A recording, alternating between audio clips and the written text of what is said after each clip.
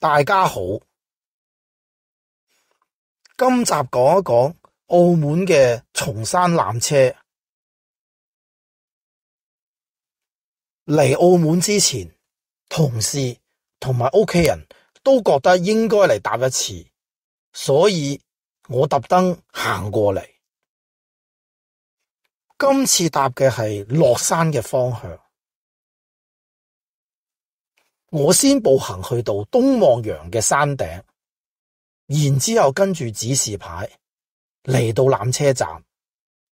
纜車站附近有幾棵櫻花，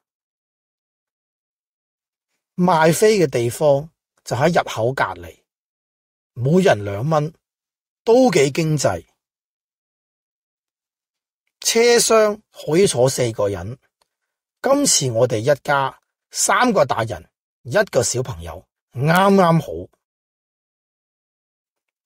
入邊4周都係玻璃，景觀都唔錯。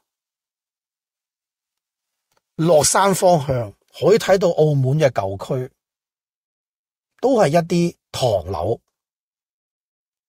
好快去到終點，終點係一個公園，冇咩特別嘢睇，所以我望一望地圖就離開。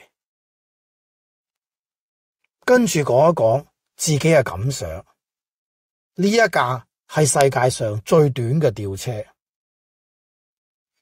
建於1997年，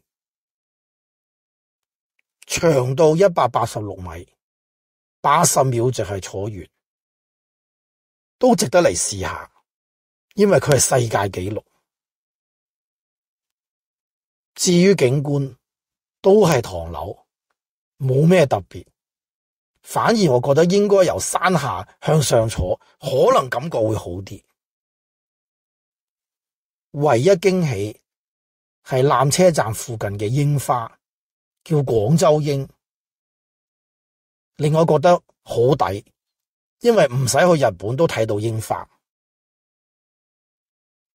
今日就分享到呢度，下次再傾，拜拜。